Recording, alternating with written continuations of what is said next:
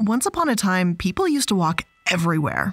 And I know, in this day and age, that sounds insane, at least for Americans. Like, who the hell walks in the US anymore? But back before cars took over, people in cities could walk practically anywhere. And if they couldn't walk to that place, they could take this nifty little thing called public transportation. Yeah, we do kind of have that now, but it's literally one of the worst experiences ever. And that's only if it can even service the place you're trying to get to. It seems everything is always delayed, going in the wrong place, or under inexplicable construction. But things weren't always this way. Back before the automobile was commonplace, you could walk outside of your home to a wide sidewalk littered with space. Maybe you were going to see a friend or even just going to work. Either way, you were walking there. There was no honking, no people yelling out their windows, no coal rolling, and gasp, fresh air. As you're walking along, free of any stress or worry that a car may spontaneously park just a little too fast or get a little too close to the sidewalk, you are met with the delicious smell of food. Everywhere you turned, there were people enjoying their day outside, eating their meals, and laughing in the spacious restaurant outdoor seating areas.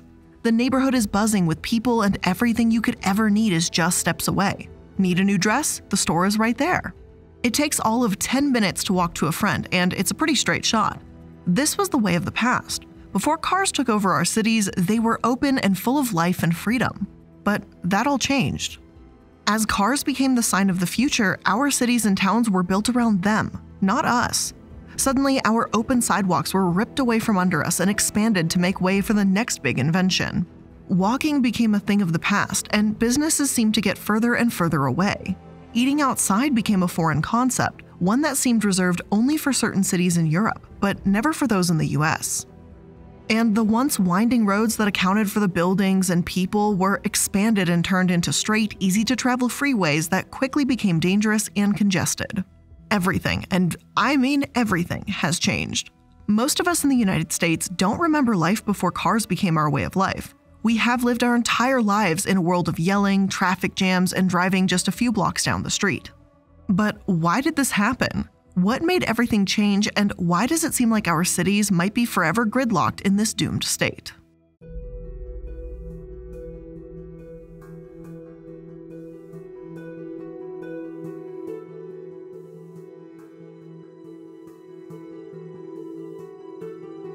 Hello everyone, and welcome to the Corporate Casket. I'm the Illuminati, and today we're going to be taking a deep dive into how cars and the innovation around them changed our cities and lives forever. Was it for the better, or has it made the United States worse? Let's take a look and see. Way back when, in the 1920s and even up into the 1950s and 60s, the United States was a different place. In our cities, there was a true melting pot of people from all walks of life, and people walked everywhere. It was the normal thing to do. But as cars began to take over the American lifestyle, everything began to change, and walking was altered from a normal, everyday activity to a dangerous and sometimes illegal one. The once safe streets had been altered to make room for the next big thing, and the United States was spending over $1 billion as early as 1924. And that is right, I said $1 billion, and $1 billion in the 1920s is equivalent to $14 billion today. And it was all just to make the roads friendly for cars, but not the people. Not surprisingly, this sudden change led to sudden danger. As pedestrian deaths skyrocketed in the 1920s, a plan was developed. Because of course, why make it safer for people to walk on the street, as they'd done forever, when you could simply run a propaganda campaign that convinces people that walking was the most dangerous thing they could physically do? That's a much better plan, right? The car dealers and auto clubs all got together to invent a new term, a jaywalker.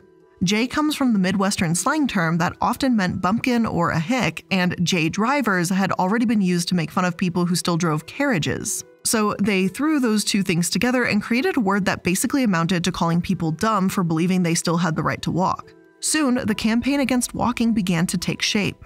The American Automobile Association began to build safety patrols that kept children off the street. Then came the pageantry, and oh, did it come. In New York, they started performances that showed just how terrible jaywalking was. In one, a clown stood in front of a car and let the car continuously hit him. Why a clown exactly? What was it about this demonstration that called for it to be a clown? Also, technically, that's not walking, it's just standing, so I don't know exactly what was going on there. Meanwhile, car companies were creating literal gravestones that said Mr. J. Walker. And others were putting on performances where an actor got arrested, handcuffed, and wore a sandwich board that said, "I am a jaywalker." As the theatrics continued, they clearly started to work. While all of that was going on, something else was happening too, and that's roads, because roads were being built everywhere. After World War II, the United States threw itself into the world of progress and innovation. One of the many things they did was to bring us into the future by building roads. Soon, the open cities that used to resemble those you would see in common European metropolises looked completely different. Transportation, after all, was the future. It had been declared by General Motors in 1939 when they said, "History shows that the progress of civilization has to run parallel to advancements in transportation." Now, I would argue it's more about technology, but hey, who am I to argue with one of the biggest automobile companies in the world, I guess? They clearly had no stake in naming the greatest sign of the future to be transportation. Obviously, right? They had nothing going on there. But with this idea plastered all over the country, things did start to change. First, it was Detroit. Suddenly, the city went from the center of innovation, a thriving neighborhood, to just a string of highways. White people were encouraged to get their big homes in the suburbs, while Black and poor people were unceremoniously stripped of their homes to make way for new highways and cut off from any of the city centers. Which, coincidentally, I'm sure, made it very difficult for those people to maintain their jobs, which were now becoming further and further away. Do the math. And just like that, everything was isolated, and the situation just kept getting worse. The United States was putting billions of dollars into building new roads and highways to make way for the auto boom. The towns which were once full of people walking or riding their bikes were now just chock full of cars, where families could drive from town to town without ever having to see anyone else. Nowadays, almost everything in American cities is just built around cars. According to Dr. Martin Melosi, the director of the Center for Public History at the University of Houston, he says, "It is estimated that as much as 1/2 of a modern American city's land area is dedicated to streets and roads, parking lots, service stations, driveways, signals and traffic signs, automobile-oriented businesses, car dealerships, and more." Gone are the days when you could walk to a tiny small business right next to your house to get some obscure object that you needed. Now, almost every store caters to cars, and the streets are just too busy to maneuver. As the roads and freeways quickly appeared, sidewalks disappeared just as fast. Before, we spent money providing safe, flat sidewalks that anyone could walk along, but that all changed. The space for anything but driving was done away with, and any that remains often goes unupdated. Ever trip on a sidewalk that is crooked or raised halfway off the damn ground? Yeah, that didn't used to be such a problem. No one seemed to care as the environment around us suddenly changed. As we all know, money makes the world go round, and the automobile industry was, well, where the money went. By 1953, manufacturing in the United States was responsible for about 1/4 of the GDP, aka the money made by services or products produced in a country. Automobile companies were responsible for the employment of an absolutely insane amount of people in the United States, and in times of war, they were widely responsible for building anything and everything for the military. So it would make sense that the country would absolutely thank them for absolutely destroying our cities by doing, what they're doing. But while the auto industry was booming and the country was building everything possible to accommodate it, it was slowly killing everything else. Soon, automobiles would become the only mode of transportation, and the public or cheap ulterior methods were pushed by the wayside.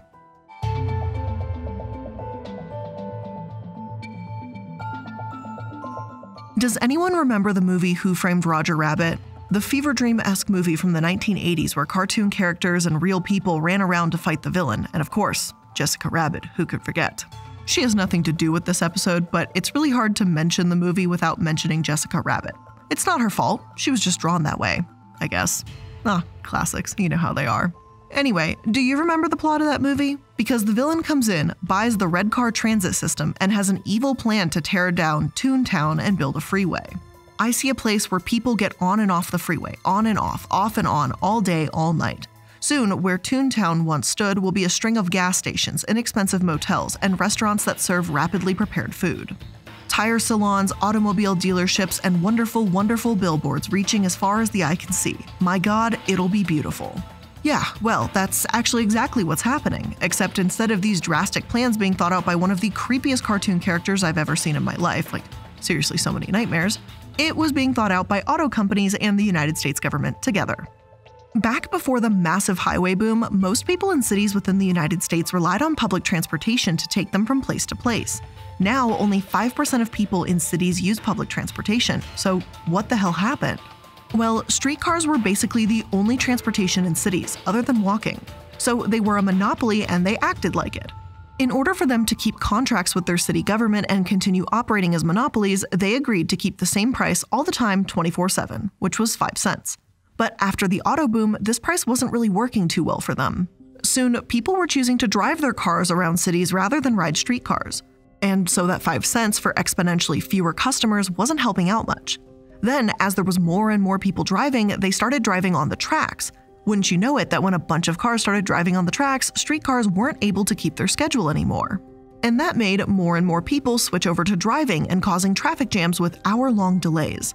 And just like that, streetcar companies started going bankrupt. Now, some of them tried to invest in buses during the Great Depression, but it didn't do much to help, especially since all levels of government were focusing on bringing cars into cities at a much higher rate. Who cares about the expense of people buying their own cars and gas and destroying city infrastructures? People liked cars, and it made people money. Eventually, though, streetcars became a thing of the past, and public transportation as a means for getting around was severely weakened. So you might be thinking, so what? Who cares? Well, the thing is, a lot of people needed public transportation to survive, and still do to this day. Remember when I said that people were pushed out of their homes, away from the jobs of commercial properties? Yeah, well, they relied on public transportation to get to work. A lot of people did, for a variety of reasons, and most of them couldn't afford cars. So when public transportation was effectively snuffed out by the auto boom and walking was suddenly illegal, they had no way to get anywhere. Even if a family could afford a car, it was usually just one. This means that one person was usually trapped in the house all day long while the other was gone. Want to take a wild guess who that person usually was? Well, it was the woman. Go figure. As walking and public transportation needed to swiftly go by the wayside, the United States just got more isolated. But isolation wasn't the worst of it all. The real problem was the danger, because newsflash, cars are dangerous, but in more ways than one.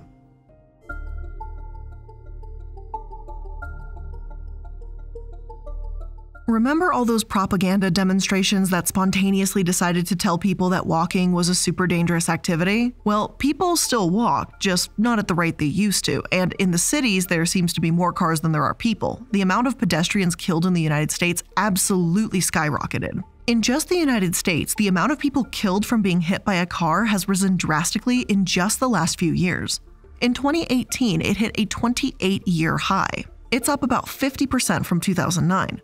Now, there are a lot of ways this could be happening. It could be because people just need to send those text messages while driving, speeding, or just the fact that we built a bunch of roads that don't account for people walking at all. That could probably be part of it. Since the beginning of the car boom, we have built flat, straight roads that have inadvertently led to people driving faster or driving distracted. Charles Marone, who wrote Confessions of a Recovering Engineer, wrote, "When you widen out lanes, when you put in a recovery area, when you remove obstacles, what you do is you induce people to drive faster than they otherwise would. If you need a sign to tell people to slow down, you designed your street wrong." And that kind of makes sense, right? Maybe you're a speed demon on the highway, but when you get onto those streets that have 50 roundabouts and go through winding hills, I bet you slow down a bit. However, that's not what most roads are like, especially not those in cities. While the roads are wide and plentiful, the sidewalks are narrow, crowded, and run down. And if you want to bike, that's a whole other story. I mean, hell, they literally made a movie where the premise was just how dangerous it was to bike in New York City. It's called Premium Rush, and honestly, it's terrible, but it does follow the lives of some delivery bikers in New York City, and basically everything is an obstacle. None of the people in cars pay attention to anything or what anyone is doing. In 2019 alone, 28 people on bikes were killed by drivers in just New York City. In fact, it's considered to be the most dangerous city in the United States for bicyclists. It's no wonder why anyone in this country doesn't seem to get any exercise. And maybe, just maybe, it's because walking and biking have turned into deadly activities for people that live in cities. If you don't live in a city, you likely don't even have sidewalks there either, so there's also that. In places where cars have become more important than the people driving them, it's become increasingly dangerous to use any other means of transportation too. But even worse than that is the environmental factors of the car boom. Listen to this. Worldwide pollution now kills 3 times the amount of people as AIDS, tuberculosis, and malaria combined. 3 times more. Meanwhile, according to a paper released in 2016, burning fossil fuels is now the world's most significant threat to children's health. Isn't that just absolutely wonderful and charming? But hey, we're starting to see more and more cars turn electric, which should solve the whole pollution problem, right? Well, kind of. While electric cars are great for the whole carbon emissions thing, they come with a new set of problems.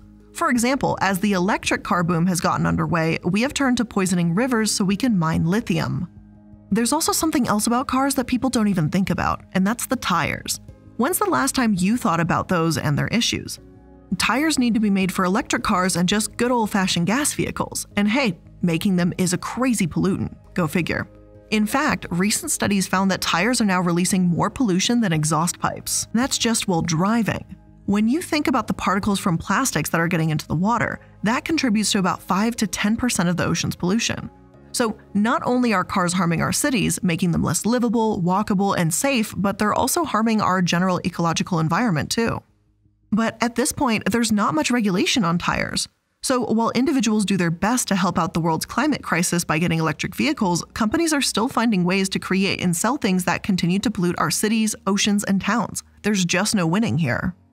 So let's just recap all of this real quick. Because over the last century, since cars have come into our lives, a lot has changed. Walking in cities, or God forbid biking, has become an impossible feat, and that kills a lot of people and stresses out literally everybody. Traffic is now insane. Our cities are more separated and isolated than ever before, and oh yeah, we're still killing our planet. Listen, we all know that cars are useful, and I'm not trying to say that we shouldn't have them at all, but maybe, just maybe, we shouldn't build our entire lives around them. But it seems like things might be starting to change just a bit. More people are talking about how cars and the infrastructure around them have impacted our lives, and we actually have the pandemic to thank for that. So before we jump into that and take a look at how the pandemic has actually changed our perspective on cars, let's take a quick moment to thank today's sponsors. I love learning new information all the time. And chances are, if you're listening to my channel, you probably love learning about new stuff all the time as well. And that's why I'm so excited to present a new sponsor to the channel, Masterclass. Masterclass has amazing classes that are taught by some of the top folks in that industry. And that includes from food, design, arts, music, business, everything under the sun. One class that I've been taking is by Nikki Nakayama, who is a 2-starred Michelin chef, and she has been absolutely refreshing to teach me how to cook a little more fresh and just a little more fun. I admit I am terrified for an upcoming lesson about learning how to prepare rockfish, but I'm gonna try and stick through it and see can I actually do this? It's gonna be a really interesting learn for me. But what's really cool about Masterclass is you can learn from the world's best minds anytime, anywhere, and at your own pace. So if you're ready to learn from a truly skilled master, I highly recommend you check out Masterclass. Get unlimited access to every Masterclass, and as one of my listeners, you'll get 15% off an annual membership. Go to masterclass.com/casket. That's masterclass.com/casket for 15% off Masterclass. Now, maybe you just want to do something super easy, put together, and almost foolproof, at least when it comes to cooking. And if that's what you're into as well, that's where Hellofresh comes in. That's because Hellofresh makes home cooking easy, fun, and affordable. And that's why it's America's #1 meal kit. Gear up for the busy fall season with 55 or more weekly options and take the stress out of meal planning and prepping. From family-friendly to fit and wholesome and even veggie options, and now, like I said last week, I think I got an email for it, vegan options too. HelloFresh has tasty and nutritious meals. And I know getting back into a rhythm can be busy, and weeknights can be made so much easier with near foolproof step-by-step recipes with photos that are ready in around 30 minutes or less. Now, I think most of you know I'm a huge fan of the firecracker meatballs. May I present to you, though, a new type of meatball that recently arrived at my HelloFresh doorstep. It is the banh mi meatball, and it is delightful, a fantastic alternative to the firecracker meatball. I'm absolutely loving it, and I need HelloFresh to design more meatballs now, because I love their meatball recipes. So if you want to get started with HelloFresh, maybe try one of their delicious meatball recipes, make sure you go to hellofresh.com/casket16 and use code casket16 for 16 free meals across 7 boxes and 3 free gifts. Again, hellofresh.com/casket16 and use code casket16 for 16 free meals across 7 boxes and 3 free gifts.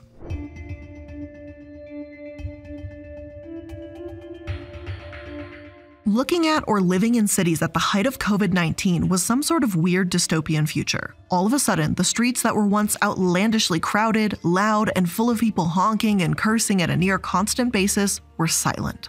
Then, something strange started to happen in cities all around the world. The lack of cars and loud noises were welcomed by the animals who spontaneously reappeared. The air seemed more clear, and all those cities surrounded by water found that it was cleaner than it had been in years. Why was all of this happening? Well, there weren't thousands of people driving around in cars anymore. As we were all bunkered down inside, the environment around us began to heal. But there was more than that. As things started to open back up and restaurants, bars, and other businesses were desperate to find a way to make money while limiting the number of people inside, people had to start getting creative.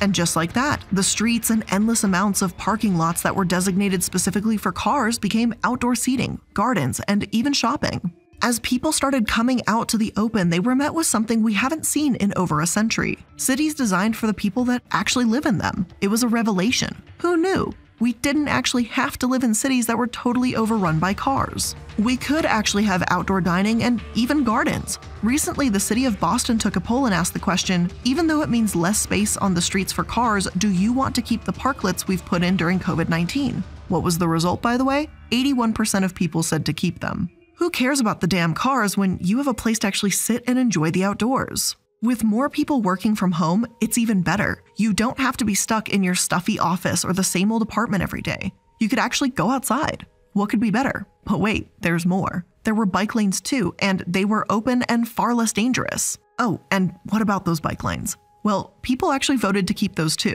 People actually want to be outside again. But while this change in opinion seems sudden, reorganizing city streets to prioritize people over cars has actually been a movement for more than a decade. The only new thing is that people are actually paying attention now, and city planners might actually be listening. Back in 2012, Jeff Speck wrote a book called Walkable City. But at this point in time, no one was talking about making cities a better place for people. Instead, Anthony Weiner, remember him, who was running for mayor in New York, was actually saying things like, "The first thing I'm gonna do as mayor is hold a press conference tearing out your fucking bike lanes." So yeah, at the time, cars were still the most important thing, but throughout the years, people have started to get a little more creative. If you live in a city, you may have noticed a few things changing even before the pandemic. One of the biggest and fastest to pop up over the years is light electric vehicles, or LEVs. It feels like they came out of nowhere. One day, people walked outside and there were bikes or scooters available for rent, and you could speed your way across town without having to jump into a car. And let's be honest for a moment, the scooters are pretty fun to drive around on. But even more than that, they help exponentially with the traffic and the congestion in our cities. And for those that maybe don't have access to public transportation, they are incredibly useful too. I remember last summer I traveled on a business trip with one of my friends, and while we were there, we picked up one of those scooters and essentially went from our hotel to our destination without taking a taxi. It was super fun. He got yelled at by like these teenagers that maybe were 18 or 19, that they were very loudly saying things like, "Oh my God, they're so slow for old people." So I got called old by like people that were just maybe a couple years younger than me. And I was like, damn, that hurts. But hey, it was still a really cool experience. I don't think he liked it as much because he got called old, but I thought it was funny. Now, some city governments and local residents aren't entirely thrilled by the new craze. Places like New York, San Francisco, and Indianapolis even banned them when they first arrived on the scene. But as hard as they may have tried, it just seemed impossible to stop the craze. As I said, a lot of residents find those little shareable electric vehicles incredibly convenient. And in an effort to make them even more accessible to people, many cities have begun offering these services through mobile apps. This even expands beyond electric bikes and scooters. Finally, some cities have realized that trying to get on public transport is exhausting and have created apps to make it so much easier. For instance, Austin's Cap Metro allows its customers to use an app to plan their routes and book tickets in advance. No more getting lost on the metro. Some cities are so on board with jumping over to this fewer cars craze that they are actually putting their money where their mouths are. Imagine that. San Francisco recently enacted a plan that will remove most private vehicles from Market Street. The $600 million budget will go towards renovating the area to make it more wildly accessible for buses, bikes, streetcars, and even pedestrians. Walking is finally back in style. Now, New York has ventured into the car-free zone plans as well. In September, they agreed to make 14th Street a no-car zone. Local officials have called this decision a miracle. Clearly, only declaring a street or two car-free isn't magic. There's still congestion, and the cars will just migrate to a different place. But that can all change in the future if we place more focus on other modes of transportation. While it's a slow solution, it's one that could actually work, and it's definitely better than our old solution for congestion, which was to just build more roads. It is possible that we are actually finally reversing our terrible decisions of the past. It would be wonderful to give the cities back to the people rather than keep them strictly for cars. Larger sidewalks, more people walking, and some actual public transportation. It doesn't seem like a big ask. But if there's one thing I know, it's that change is constant, and it certainly seems like change is coming. But with all of that being said, that is where I'm ending today's episode of The Corporate Casket. I hope you liked it, and I hope you learned something new today. This was kind of a different take. It wasn't just, one company in particular, but a situation as a whole. So if you enjoyed today's episode, please let me know because I'm absolutely curious. I really enjoyed it. I'd love to do more episodes like this, but some feedback would definitely be helpful. As per usual, thank you so much for checking out today's episode and giving me some of your time today. I really do appreciate it, and I'll see you in the next one. Bye!